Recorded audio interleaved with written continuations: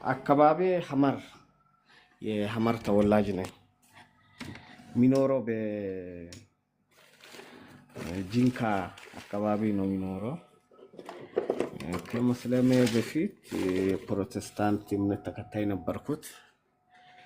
የሰለምኩት በ2002 ነው ወደ እስልምና የተቀላቀልኩት። አልሐምዱሊላህ አሁን በአካባቢው ላይ ዳዒ ነኝ። ከማህበረሰቡ የመጀመሪያ ሰለምቴ ነኝ። ከሐመር ብሔረሰብ አሁን አልሐምዱሊላህ በብዙዎች ወደ አላህ መንገድ ሰበቡል ሂዳያ ምክንያት ሆኜላችኋለሁ። አላህ ይቀበለን ሁላችንም ኢንሻአላህ። ይሄን ይመስላል ባጭሩ። እኛ ከፕሮቴስታንት ሃይማኖት በእኛ አካባቢ እስልምና የሚባል በስሙ አይታወቅም ነበረ። አይናችን ገልጸን ያደግንበት ፕሮቴስታንት ነበረ።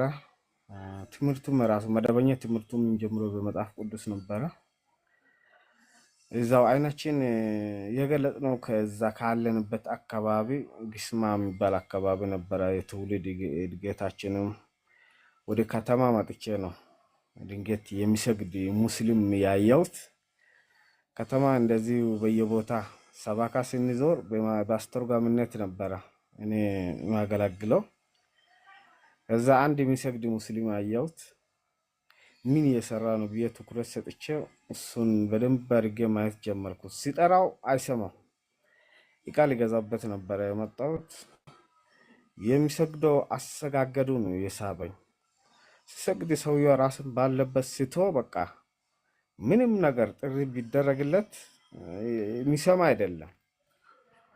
ምን ያህል ለፈጣሪ ያለው ቦታ ምን ያህል ቢሆነው ነው ያንን አክል እቃ ቢሰረቅበት የሆነ ነገር ቢወሰድበት ምንም የማይመስለው ይህ ፈጣሪው ምን ያህል ነው ካለው ንብረት የበልጦ የተገኘው የሚለው ነገር በደንብ አድርጌ ነገሩ እንዳስተውሎ አደረገኝና መነሻ ይሄ ሲሆን ታሪኬ ብዙ ነው። ይሄ ባጭሩ ያው ይሄ ነው ማለት ማይቻል ቢሆንም እዛ በኋላ መጽሐፍ እነ ዶክተር ዛኪር እና እነ ሼህ አህመድ ዲዳት እንደገና አዲስ ትውልድ ታላቁ ምክር ለአዲስ ትውልድ የሚል መጽሐፎች ብዙ ካሴቶቹን እነ ኡስታዝ ቀመር ሁሴን የነሱን ካሴቶቹን ብዙዎቹን ሙከራ ተደርገዋል። በዛ በሼህ ሰይድ አማካኝነት ውሳቸውን ሶላታቸውን ሲያጠናቅቁ ምን ያደረክ ነበረ ብዬ ነበረ ጠየኳቸው። እኔ ጸሎት ያደረኩት ነበረ። ምን አይነት ጸሎት ነው ብዬ ነው የጠየቁ። ምክንያቱም የጸሎቱንም አይነት ገና ከተማ ሲመጣ የመጀመሪያ እሳቸው ጋር ማየቴ ነው። በሩቅ እስልምና የሚባል ሃይማኖት ነቢያችን ሰለላሁ ዐለይሂ ወሰለምን እንደ ግለሰብ አድርጎ ይሄንን ያቋቋመ ሃይማኖትን ያቋቋመ አንድ በአረቢያ ምድር ሙሐመድ የሚባል አለ እና እሱ ከብዙ ጣዖቶች ይመለክ ነበረ። ከብዙ ጣዖቶች አንዱ ጣዖት የተሻለ ነው ብሎ አንዱን አስቀርቶ ሌሎቹን ሁሉ አስወግዷቸው አሁን ያንንም እምነት እስላም ብሎ የሰየመ ግለሰብ አለ። ወደፊት ሊመጣ ይችላል የሚል እንደዚህ የሩቅ ወሬ ነበረ ለኛም ይወራልን እና ያንም ወደፊት ለሚመጣው ነገር ትኩረት ሰተንም አላየንም ነበረና አሁን ሲሰግድ ባየው ጊዜ ያንን መጀመሪያውን ትምህርት ነበረ ለሼህ ሰይድ ያስተዋስኩት።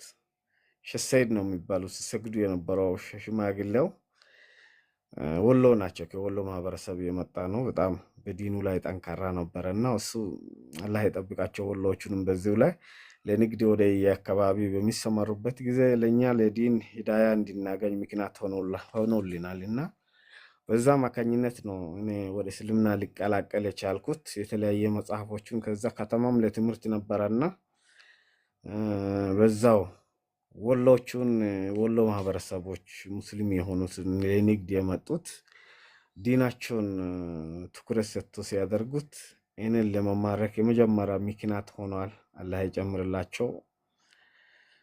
ይሄ ይመስላል ባጭሩ። ይሄ ያለውበትን በደንብ ወድ ነበረ። እምነቱን በጣም ይወደው ነበረ እና ይሄ ነገር ሲመጣ ሁሉንም ወደ ማታው ነበረ ያመጣሁት። ሁሉም በቃ ራሱን የሆነ አጀንዳ ይዞ የሚያስተምር አይነት ምስሉ ታዩ። ምክንያቱም እዚህ ላይ እስካሁን ድረስ እኛ በሶስት ጉልቻ ነው እምነትን እያጸደቅን የነበረው። ይህንን የሚበታትን አንድ የሚለው አካል ሲመጣ ሌላውን ሁሉ ዜሮ ያደርጋል። መጀመሪያ ማስተካከል በአእምሮሽ ላይ ያልመጣ ብዙ ጥያቄዎች ይፈጠራሉ። ያ ብዙ ጥያቄዎችን አጥጋቢ መልስ የትም ቦታ ይገኛል። ምክንያቱም ወደ ቁርአን ስንመጣ ወደ ዘፍጥረት የፈጣሪን አንድነት የሚያስተምሩ አብዛኛው በብሉይ ኪዳን ያለው ማስረጃ ነው። ትንሽ ለመግጠም የሚሞክረው እነዛን ታሪኮች ለማመሳሰል ነበር የሞከርኩት። ሳመሳስለው የሰማይና የሩቅ ምድር እንትን ያህል ነው ርቀት ያላቸው። ምክንያቱም ቁርአን የራሱን ባክግራውንድ ይዞ ነው የመጣው። ቀጥታ አንድ ቦታ ይጀምርና መጨረሻ የሚለያዩበት ቦታዎች አሉ። ለምሳሌ ነቢዩላህ ሙሳን ታሪክ እንደዚህ የአንቢያዎቹን ታሪክ ነበረ ትኩረት ሰጥቼበት የነበረው። ደስ በሚል ሁኔታ እኔ ፈጣሪን ያገኘሁበት በመጀመሪያው መጽሐፎቹ ላይ ነው። መጽሐፎቹን ጥናት በሚያደርግበት ጊዜ ያው እሳቸው ነበር የሰጠኝ መጽሐፉን። እሳቸው ደግሞ የእሱን ጌትነት የሚያረጋግጥ ነገር ይዤለት እንዲያመጣላቸው ነበረ። ጠብቁኝ አመጣለሁኝ አልኩት። ፈልጌ አንድ ማግኘት ሳልችል ሲቀር ተመልሼ ወደ እነሱ ነበረ ተመልሼ የሄድኩት። እሳቸው በሰጡኝ መጽሐፍ መሰረት የሚፈልገውን ጥያቄዎች እስላም ውስጥ ነው ምላሹን ያገኘ። ሁሉንም ምላሽ እስልምና ውስጥ ብቻ ነው ያለው። ሌላ የትም ቦታ ፈልጌ ማግኘት ያልቻልኩት። ስለዚህ እስልምና ትክክለኛ እምነቴ ነው። በቃ የተፈጠርኩትም ለዚህ ነው የሚለውን ነገር እንዲረዳ ያደረገኝ ነውና ከዛ በኋላ ወደ አላህ ሻሃዳ ሲይዝ በጣም ነው እየተሰማኝ። በቃ የሆነ አዲስ ነገር ያገኘው ያህል ነው የተደሰትኩበት የነበረው። በቃ እንቅልፍም ባለው በቃ ሲነቃ ከእንቅልፍም ሲነቃ አሁን መጀመሪያ የሆነ ምን ያህል ስህተት ውስጥ ኖሬ አሁን የታደስኩት ያህል ደስታ ነበረ የሚሰማኝ። ምክንያቱም ከአምላኬ ጋር ያለው ግንኙነትና ፍቅር እስከዛሬ ባዶ ነበርኩ እንደ የሚለው ነገር ስታስቢ ያለ አይደል በጣም ልብን እንትን ይላል እና በጣም ደስ በሚል ሁኔታ አላህ ወደ እስልምናን ባመራኝ አልሐምዱሊላህ በጣም ነው ደስተኛ ነኝ። በጣም እኔ ጀዛኩም ውሳኔው የአብዛኛው ተመሳሳይ ነው። ምክንያቱም እኔ መጀመሪያ ኃጢአትን የሚሸከምልኝ አካል አለኝ ብዬ ዘና ብዬ ነበረ ሲኒዮር የነበረው። ሰው በራሱ ኃላፊነት አንዱ በአንዱ ወንጀል እንደማይጠየቅ ሲገባኝና እኔም ደግሞ አላህ ፊት በራሴ በሰራው ስራ እንደሚጠየቅ ከገባኝ በኋላ የፈራሁት ምንድነው ሂጄ ሻሃዳ እስኪይዝ ድረስ እንዳላረፍድ ነበረ ስጋቴ። ያን ቦታ ሻሃዳ ሳልይዝ የሆነ ነገር ቢመጣ ቢሞት በቃ ምን ይላል። መጀመሪያም ገና እስልምናን ከማያዝ በፊት የሆነ ሐሳቤ ነበረ። ምንድነው የነበረኝ ሐሳብ በራሴ እምነት በቃ አሁን እነሱ አንድ ፈጣሪ መሆኑን ያምናሉ።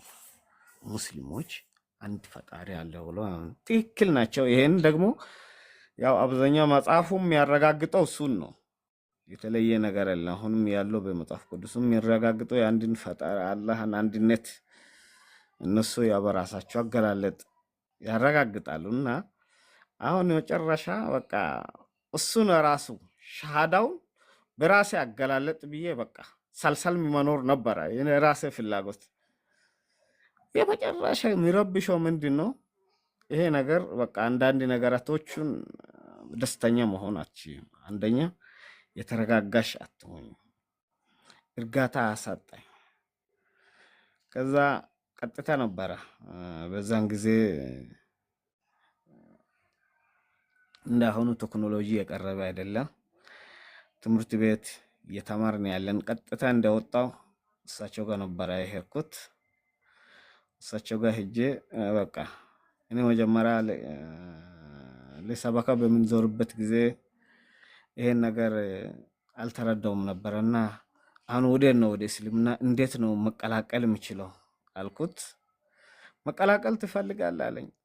አዎ በጣም ፈልጋለሁ፣ ቢያንስ ሳይረፍድ አሁኑን መቀላቀል ፈልጋለሁ አልኩኝ።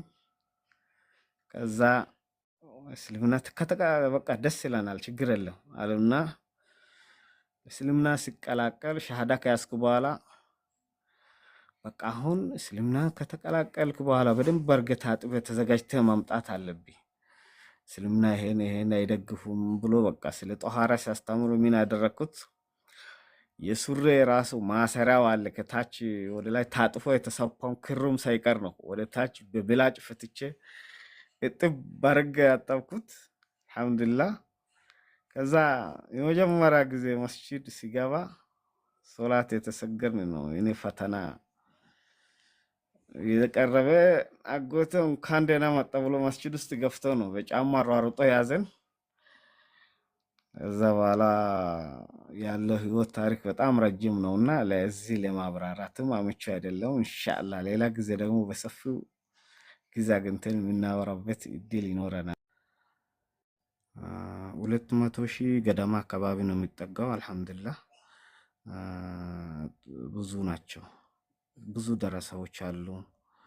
እንደገና ወደ 16 አካባቢ መስጂዶች አሉ። ብዙ ስልምት ያለ አልሐምዱሊላህ።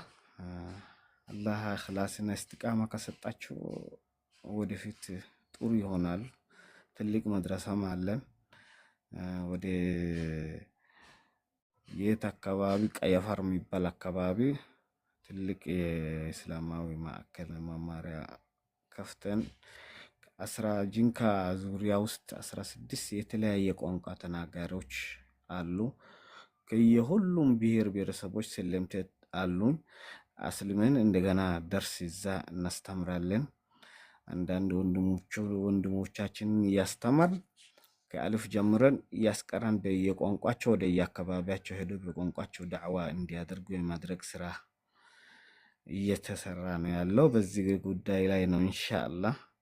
አሁን እዚህ ሙሉ መረጃ መስጠት ጥሩ ባይሆንም ኢንሻአላህ በደንብ አድርገን አብራራላችኋለሁ። ለሙስሊም ብቻ ስላልሆነ ይሄ ውጅ አካባቢው ኢንሻአላህ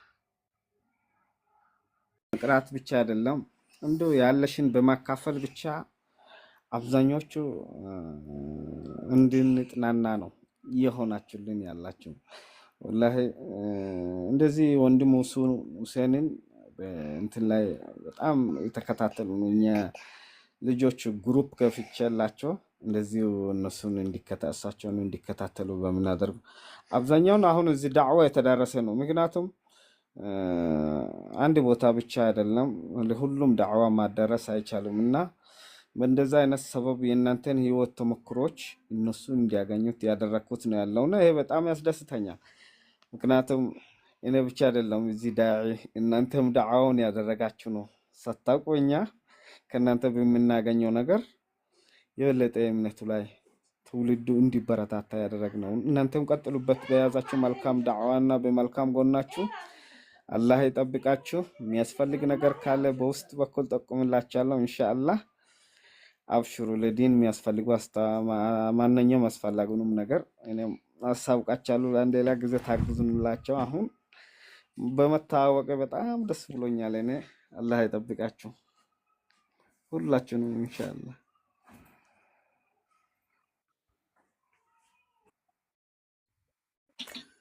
ቢላልን ሰይድ ነው ያወጡልኝ፣ ያሰለሙኝ ሼክ ናቸው ያወጡልኝ።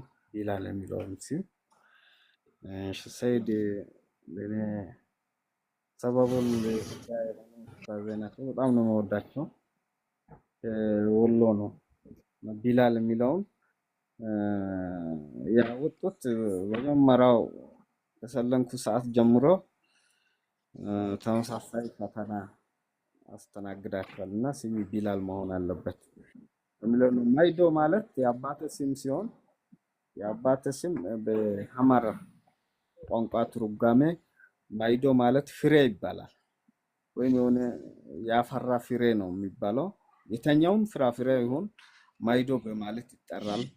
ፍሬ በሚለው ነው የአባተ ስም ትርጉሙ። ሲሜ ይሄ ነው። እሳቸው ካወጡልኝ በኋላ ነው ስለ ቢላልም ያወቅኩት በኋላ ነው። መጀመሪያ ግን ያው እየደረሰ ባለው በወቅቱ የደረሰ ያለው ጥሩ ያልሆኑ ነገራቶች ነበሩና እዛው ላይ ነበረ ቢላልን እየሰየሙልኝ እሳቸው ኢንሻአላህ።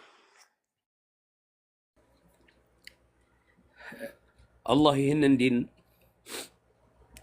የራሱ ለመሆኑና ከአጥናፍ እስከ አጥናፍ የሚያደርሰው ለመሆኑ ቀድሞ የነገረን ነገር ቢሆንም ግን በዚህ ፈተና በበዛበት ሰዓት ላይ እንደናንተ አይነት አላህ Subhanahu Wa Ta'ala እያመጣ ኢስላምን እያስተዋወቀ ያለው ሱብሃንአላህ ለዛ ለገባለት ቃል ነው። يريدون ليطفئوا نور الله بأفواههم والله متم نوره ولو كره الكافرون ይላል አላህ። የእስላም ጠላቶች ከአጥናፍ እስከ አጥናፍ እስልምናን ለማጥፋት ባለ በሌላ ኃይላቸው ይጠቀማሉ። አላህ Subhanahu Wa Ta'ala ግን የነሱን ኃይልና ጉልበት እያከሰመ ኢስላምን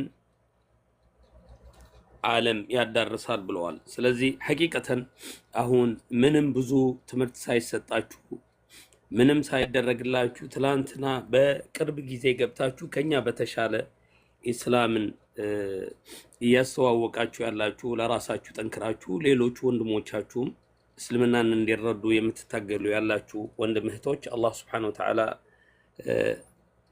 ኢማናችሁን ያጠንክረው ላለሁኝ እና በመጀመሪያ ደረጃ ወደ እስልምና ሲመጣ ብዙ ፈተና እንዳለ የታወቀ ነው።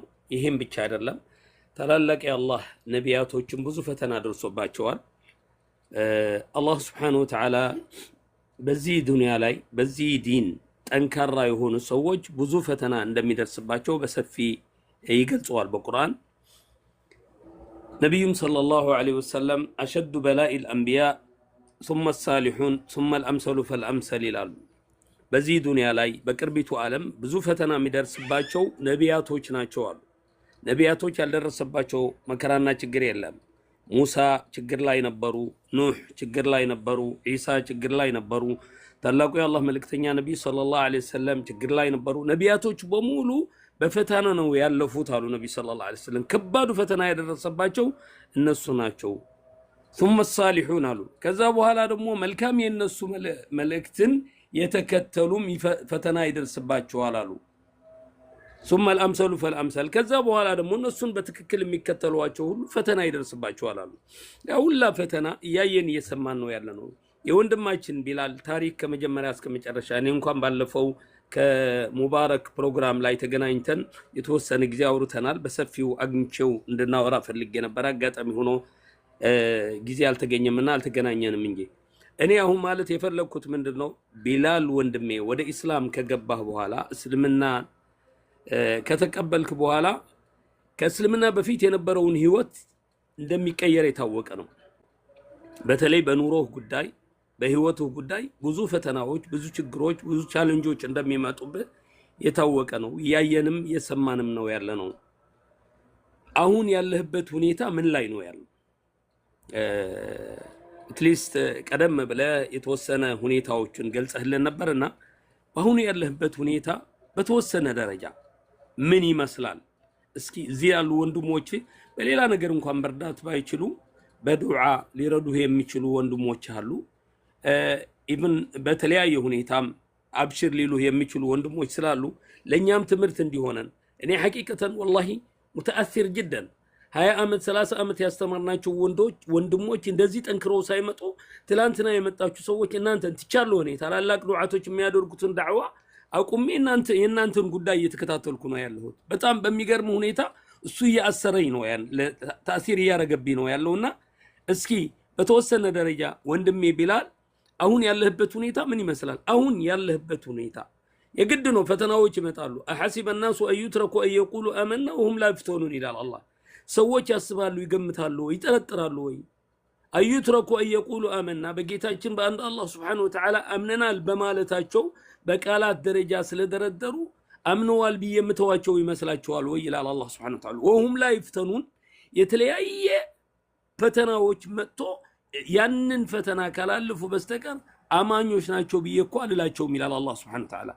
ይህ ማለት እንግዲህ ወደ እስልምና ሲመጣ ብዙ ፈተናዎች እንዳሉ አውቀን ነው ምን መጣው ያለውና ይሄንን የተረዳችሁ የመጣችሁ የደረሰባችሁ ያለው ችግርና መከራ እንዴት ነው የምትገልጹልን ለኛ? እስኪ እኛ ሙስሊሞች ነን ከሙስሊም ቤተሰብ ስለተፈጠርን እየተሰማን አይደለም። ምናልባት በተወሰነ ደረጃ ዕውቀት ያላቸው ሰዎች ከቁርአኑና ከሐዲሱ የተረዱት ካልሆነ በስተቀር ያለውን ችግሮች ልንረዳው አልቻልንም።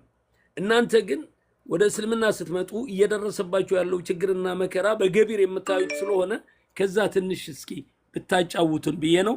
ባረከላሁ ፊክ ጀዛከላሁ ኸይራን። ሶላት የሚያሰግድ ኢማም ከየት እናመጣለን? ከዛ ምን እናደርጋለን?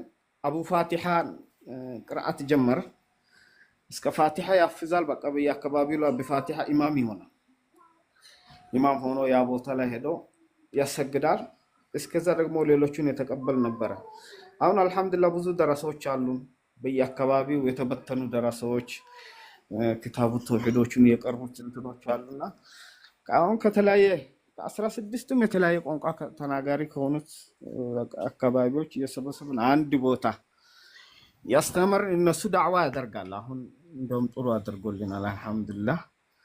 አብሽር ኡስታዝ በጣም ደስ አለኝ እናንተን በማግኘት በጣም ደስ ብሎኛል። ባለፈው በደንብ አድርገን አልተጫወትንም። ኢንሻአላህ በውስጥ በኩል የሚያስፈልገውን መረጃ ሁሉ እንትን ይላል። ምክንያቱም እዚህ ላይ ብዙ ፎሎወር አለ የሚከታተለው ስለ ዲን تخزنا يوم القيامة ولا تخزنا يوم القيامة إنك لا تخلف الميعاد فاستجاب لهم ربهم أني لا أضيع عمل عامل منكم من ذكر أو أنثى بعضكم ببعض فالذين هاجروا وأخرجوا من ديارهم وأوذوا في سبيلي وقاتلوا وقتلوا لأكفرن عنهم سيئاتهم ولأدخلنهم جنات تجري من تحتها الأنهار ثوابا من عند الله والله عنده حسن الثواب لا يغرنك تقلب الذين كفروا في البلاد متاع قليل ثم مأواهم جهنم وبئس المهاد لكن الذين اتقوا ربهم لهم جنات تجري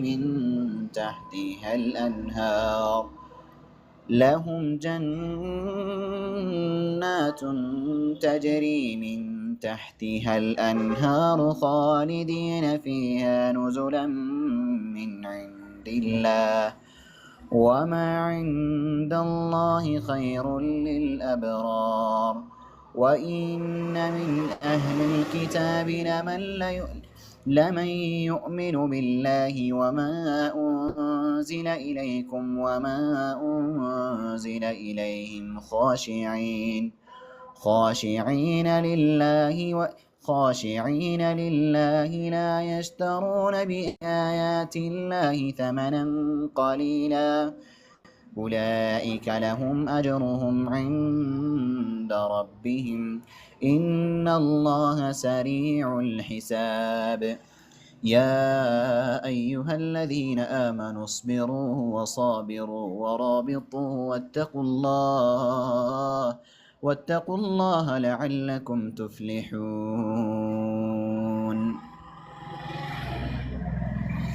عفوا شيء من قال لا يسأل له دمو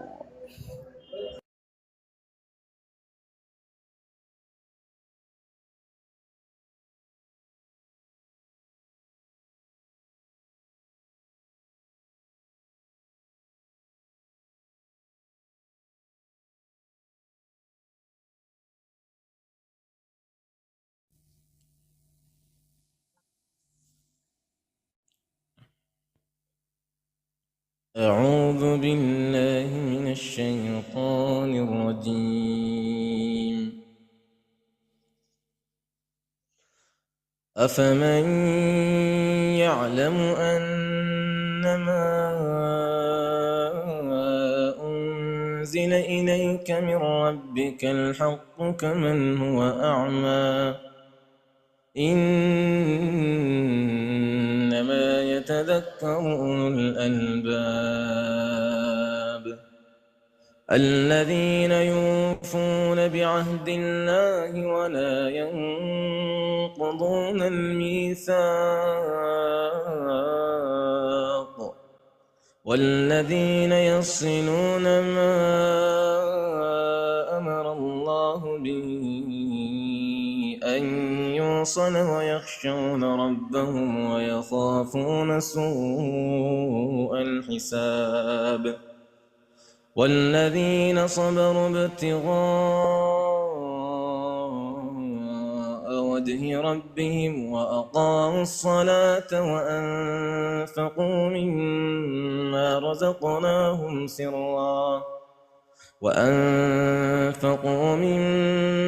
رزقناهم سرا وعلانية ويدرؤون بالحسنة السيئة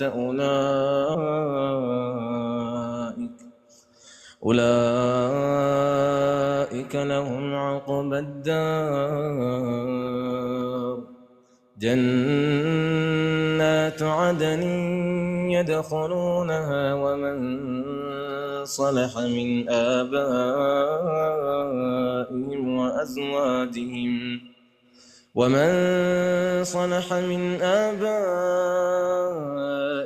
وأزواجهم وذرياتهم والملائكة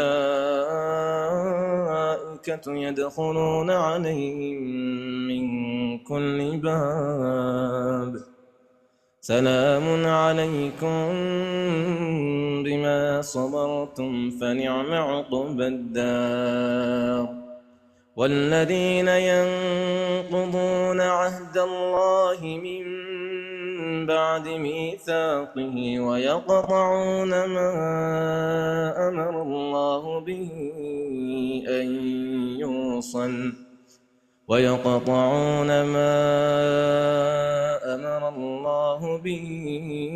أن يوصل ويفسدون في الأرض أولئك لهم اللعنة ولهم سوء الدار الله يبسط الرزق لمن يشاء ويقدر وفرحوا بالحياة الدنيا وما الحياة الدنيا في الآخرة إلا متاع ويقول الذين كفروا لولا أنزل عليه آية من ربه قل إن الله يضل من يشاء ويهدي إليه من أناب الذين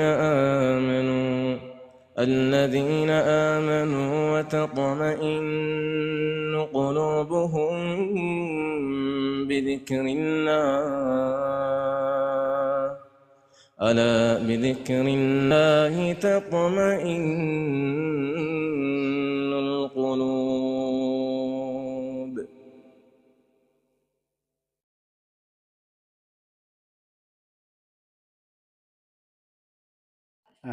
ኢንሻአላህ ባረከላሁ ፊክ። አንድ ወንድም አለኝ አብረን ዳዕዋ የምንሰራው በደከመኝ ጊዜ ከጎኔ ሲያነሱኝ የነበረው አቶ ዱባሌ ደምሴ ይባላል። እሳቸውም ሰለምቴ ናቸው። ከዚህ በፊት ዳቆን ነበሩና በድምጣቸው ትንሽ ወፈር ስለማይል ለቅዳሴ አቶንም ተብሎ ተባሮ የነበሩት ናቸው። እሳቸው ላስታውቁችና እኔ መጨረሻ የሚለው ነገር ይኖረኛል። እሱም አሁን ከስቲቸር ጋር ቲቸር ናቸው፣ ሰለምቴም ናቸው። እስቲ ታዋቁትና እዛን ትንሽ ወገንተኛ ያደርገኛል መሰለኝ። ሰለምቴ ሳይ እድሜ ትንሽ ፈካ ይልና ወደ አበባነት ያመጣኛል። አላህ ይጨምርልሽ። ቶኒሽ፣ ሳውንድሽ፣ የውስጣዊ ፍላጎትሽ ከንግግርሽና ከፊትሽ ገጽታ ይታወቃል። እኛ ሰለምቴዎች ውስጥ እንደዚህ አይነት ሞሽን አለ። ይሄ ሞሽን ደግሞ ለጥሩ ሙቭመንት ጋብዞን ነው አላህ እዚህ ጋር ያደረሰን። በጣም ተደስቻለሁ። ቴክኖሎጂ እንደዚህ ሲያገናኘን እኛ ሙስሊሞች ደግሞ በበለጠ ሁኔታ መንገዱን እያሳመር ቆሻሻችንን እየጠረግን ለሌሎች እየደረስን የምንሄድ አላህ ያድርገን። በጣም ተደስቻለሁ። አላህ ይጨምርልሽ፣ አላህ ይጨምርልሽ።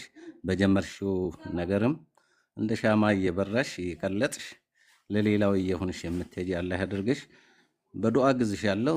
ባለንበትም ቦታ ከወንድሜ ጋር የጀመርነውን ስራ በእንደዚህ አይነት ነገር ስንሄድ ምን ልበልሽ የውስጥ ነው፣ የልብ ነው፣ የጽዳት ነው፣ የዛች የቁራሽ ስጋ ነው ትልቅ ነገር የሚሰጠንና ወላሂ በአጋጣሚ መጥቼ በአጋጣሚ እዚህ ነገር ውስጥ ሲገባና ሲሰማ የተሰማኝ ደስታ ጠቅላላ ነርቦችን ነው ያንቀሳቀሱትና ሲራጥል ሙስተቂም።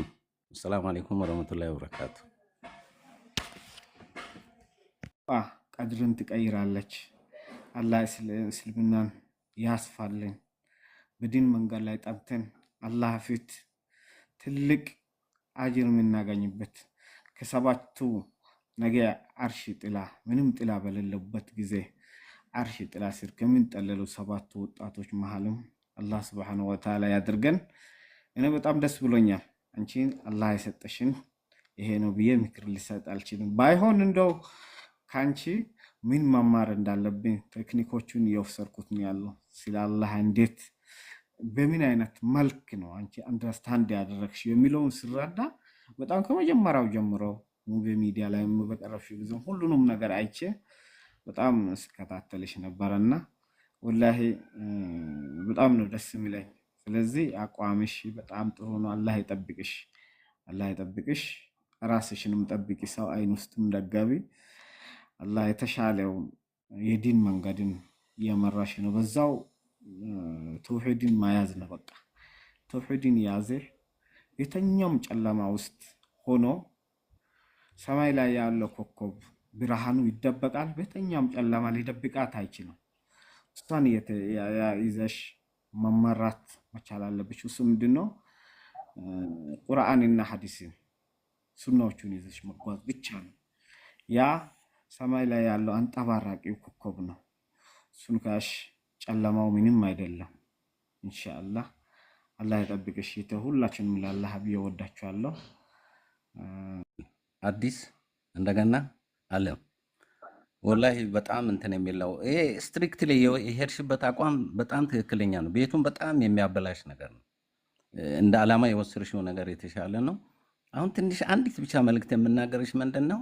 አንቺም አሁን በዙሪያሽ እያዳመጡ ያሉ ሰዎች ከልብ የቂን ዱዓ እንዲያደርጉልን የምንፈልገው የኛ ዓላማችን አሁን የተነሳንበት ያየነውን ብርሃን ሌሎች እንዲያዩ ስለሆነ ያጋጠሙንን ማንኛውም ችግሮች የሚገባቸው ይመስለኛል ታዳሚዎች ሁሉ ያንን ችግር እንደው አላህ እንዲያነሳልንና ለሌሎች መንገዱን እያሳየን የምንሄድበትን አጋጣሚ አላህ እንዲፈቅድልን ሁላችሁም ባላችሁበት ዱዓ አድርጉልን። አዲስ ተመችተሽኛል። ሌላ ጊዜ እንደዚህ ሁሉ ጊዜ ባገኝሽ በጣም ደስ ይለኛል። ዘ ሪያል ማን ኢን ዘ ሪያል ፕሌስ። ሰላም አለይኩም።